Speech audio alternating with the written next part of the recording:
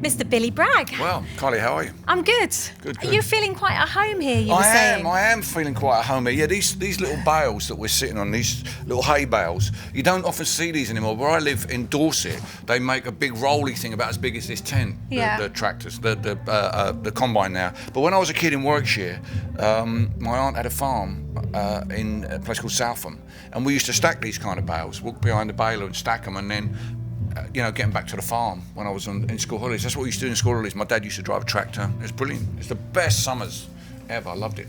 Yeah.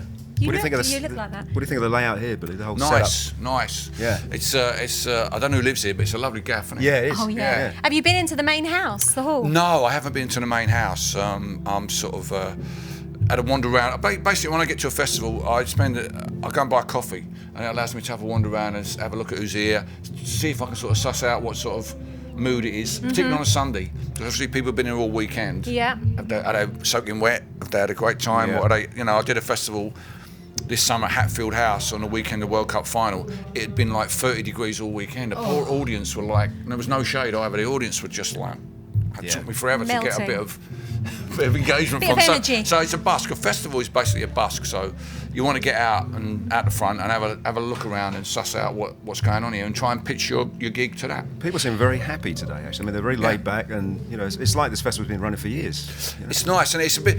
I think Americana festivals are a little bit like folk festivals. The people who come along really appreciate the music. They're not here for hedonistic reasons. Not that there's anything wrong with that, but they're here to hear some great music. So they come and check things out that they might not necessarily see. Yeah. So you've got to hope. The younger performers who've not been seen before, will be seen by this audience, and perhaps I'll go away and listen to them on Spotify. Yes. I nearly said buy their records, but of course. You could still do that these Can days. ya? Yeah, you can get vinyls on the app. Nostalgic. Come on. So how do you feel you fit into this festival? Well, my theory about Americana is that it's country music for people who like the Smiths. And as I sort of fit into that Smithsian demographic, I mean, for instance, I'm performing today with a pedal steel player. That's the only guy I've got with me. He's my pedal steel guy. CJ Hillman, who won the Americana Instrumentalist of the Year Chris, award. I know him. Yeah, he's a fantastic player. Lovely bloke, really lovely bloke. He's been playing with me for the last 3 or 4 years. Not only is he one of the top pedal steel players in the UK, he also does a pretty good Johnny Marr. So on those songs I have to add Johnny Marr on them, like Greetings to the New Brunette and Sexuality and those kind of songs, he steps up, picks up the Rickenbacker and does Johnny. And then he gets back behind. So that kind of, to me, that's kind of how it all fits together. Do you have to think for a long time about what the set list should be for an event like this? Does it change much or not? Yeah, really? well, it does. It changes on the mood of the audience. You can change around like that. Today it's changed because today I've got 90 minutes. Yesterday I was at a festival in Blackheath. I had an hour. So I know what that is, And because this is an Americana festival, I'm going to lean more on Chris tonight. I will put some of those sort of what we call bash 'em out Bragg songs, which is me solo with an electric guitar. But I would think predominantly for this set, I'll be playing acoustic guitar and singing more, Mermaid Avenue, Tooth and Nail, stuff from that sort of edge of what I do. Because I really appreciate being accommodated by, not just by the Americana movement in the UK, but also in Nashville. They've been very kind to me in Nashville. They gave me an award a couple of years ago. Yeah, you were the first trailblazer of the UK awards, weren't you? So I'm very pleased to be part of that. I feel very fortunate. I think because of my work with Wilco and Woody Guthrie on the Mermaid Avenue stuff, and then Joe Henry producing my last album. Yeah. And it's not a bad place to be when you're 60, Americana. It's all right, is it? Yeah, it's all right. It's good. It's cool. Actually, when I saw you at the Cambridge Folk Festival, I think it was probably about 2012, and you did your tribute to Woody. It was incredible stuff. Well, that's a nice thing, you see, Kylie. It's both the folk audience and the Americana audience to be able to fit into both those areas, because they're people who really love their music. You're smart. No, That's a good thing to do. They've been great. I mean, I fit into the folk audience because of what I did with things like Between the Wars in the 80s. I probably wouldn't play something like that here. Yeah. And then the Americana is kind of late development, really down thanks to Nora Guthrie, inviting me to come and work with her father's material. The fact that I can play both those kind of festivals, and then yesterday was more of a generalist festival on Blackheath, I feel really privileged to still be doing. I mean, I feel privileged, frankly, to still be making a living doing what I love. I think, to be getting away with that for long enough, that seems to me to be the definition of success, really. If you can do that, you're so far ahead of everybody else. Yeah. So how do you see yourself? Do you see yourself as an entertainer or an activist? I don't think it has to be either or. I think if you're going to talk about some of the issues that I'll talk about today, you have to be entertaining about it. I've toured with bands who just do full-on politics all the time, and it bores me, and I'm into it. You know, you got to be entertaining people, but within that, you've got to, you know, there's a thread of some ideas that you want to put around, not you know, hardcore stuff, but just generalist stuff. I mean, I find myself more these days talking about things that I really care about are things like empathy. There's not enough empathy about at the moment, and as musicians, I believe our currency, the very currency of what we do, is empathy, because music allows you to in your imagination feel for people you've never met. You know, not talking about politics either. I'm talking, you know, an emotional situation that you might imagine yourself in. So, in a time when there's not a great deal of empathy out there in the world, we who make music, we need to be pushing that idea, and we need to connect it. And the other thing I find myself fighting against, rather than capitalism or conservatism, is cynicism. I'm a real, you know, there's so much cynicism out there. People like saying, oh, nothing's ever changed, no one cares. You know, our job from the stage is not to change the world, but to charge up people's feeling that might be possible for them, not for me. I ain't gonna do it, it's not my job. I'm a singer-songwriter. Okay. You know? So you want to inspire people to make a change? You hope so, because the thing is, I'll sing a couple of political songs tonight in the set, and if the people respond positively to that, it really charges me up. And would you change the set at that point? Would you ever do something different depending on how they react? I have done that. Yeah, I have done that. I mean, I think you can feel what particular direction it's going in, and sort of put a little bit more of that in there. I mean, I was at a festival called Boomtown about a month ago, and it's a big dance festival. And I thought, I don't know why they booked me, but you know, I'm really interested to do it, and I imagine it's going to be a slightly weird audience. But we only arrived just before the previous act had finished. But the young woman MC went out and started going on about what a day it had been, how much politics it had, how it had been really political. Everybody cheered. So I thought, right, okay, I know how to pitch this. So I just went out and just put a little bit more spin on the top of the politics, not necessarily all capital P politics, but just you know, I would say it's kind of like a third of the set might have that connection with it, but it shouldn't be all politics unless you're doing something that's a specific gig for a specific cause. Because there must be times where you get, you know, fed up with people expecting you to be outspoken all the time, don't you? I like it when someone says, "Well, I wasn't expecting that," you know, I wasn't expecting him to be, you know, sort of engaging or funny or whatever, you know, because it's easy to get pigeonholed, and you know, it's my own fault. You know, I'm rather willfully engaged in politics, and I don't want to change. But by the same token, I don't want to be dismissed. I don't want being labelled a political songwriter. But when people say, I don't want to listen to him, he's all about politics, that's a problem for me. So I don't want to be dismissed as a political songwriter.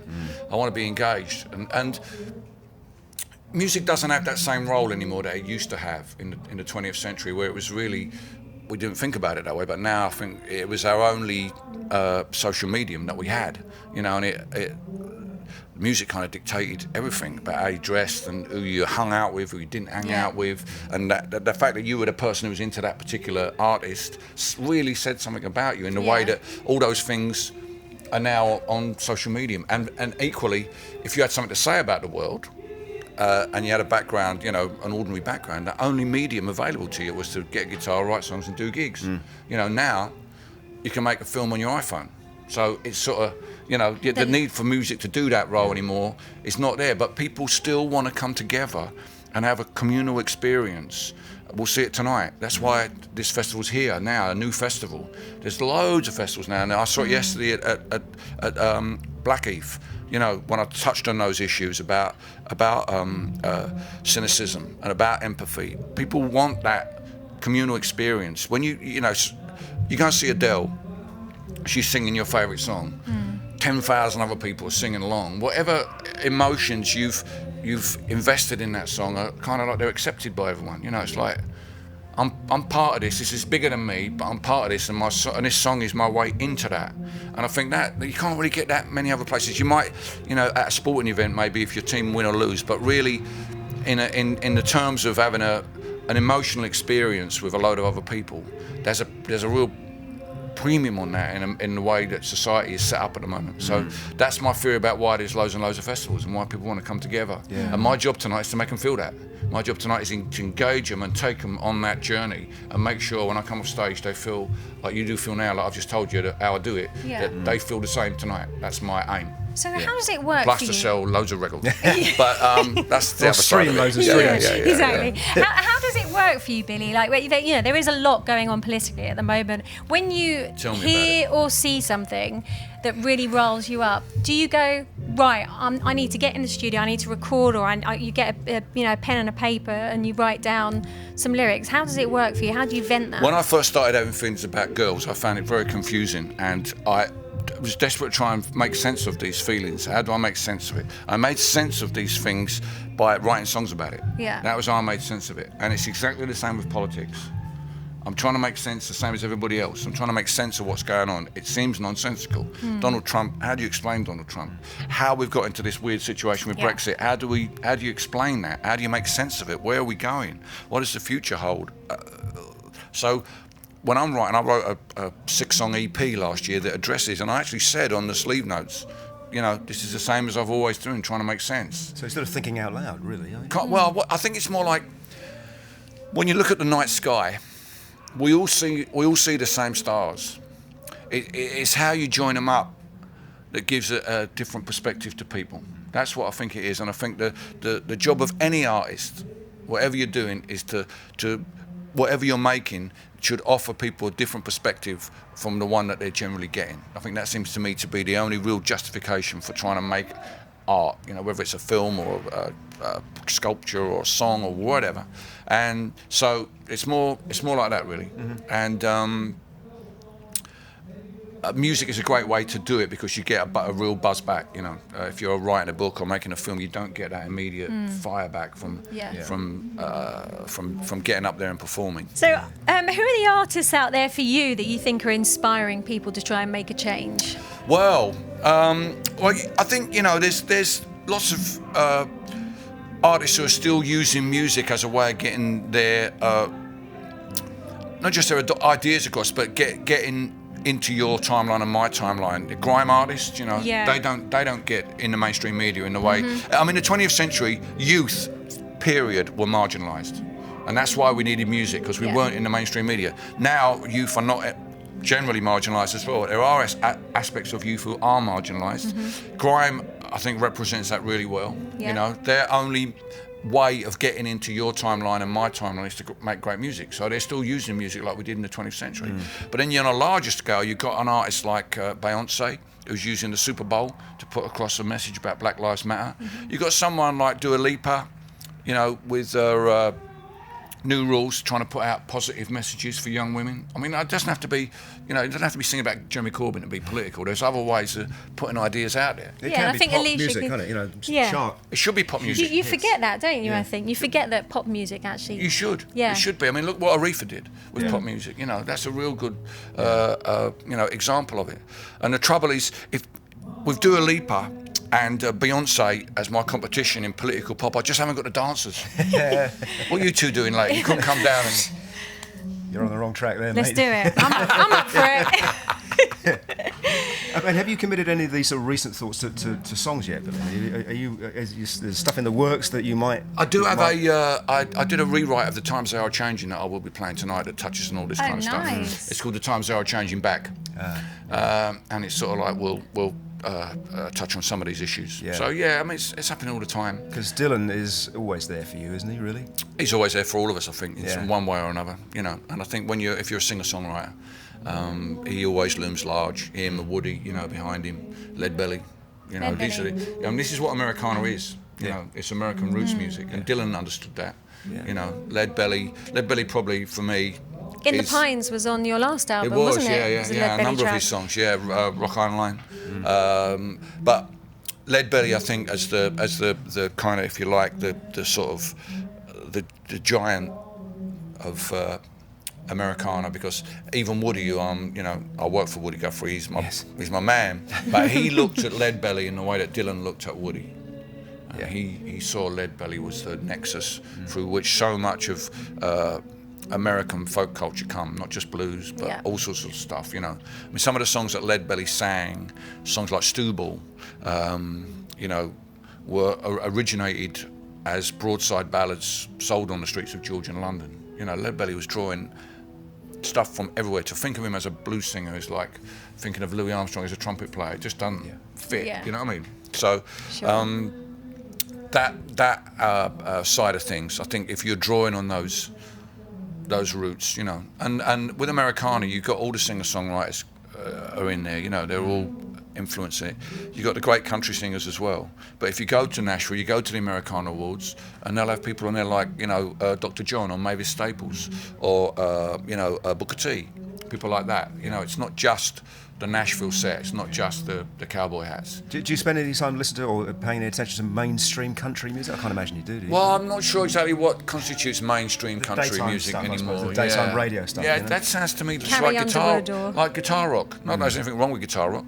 I'm a big fan of it, but give me John Fogerty any day over the current bunch of cowboy outwearers. He's a trad man, isn't he? I am. Yeah. I'm old school. He's not Coming in new. soon. John is Yeah. old school here soon. Yeah. So that Yeah, he is. I'm hoping to go. me too. My son is a huge Creedence fan, and he likes Steve Miller.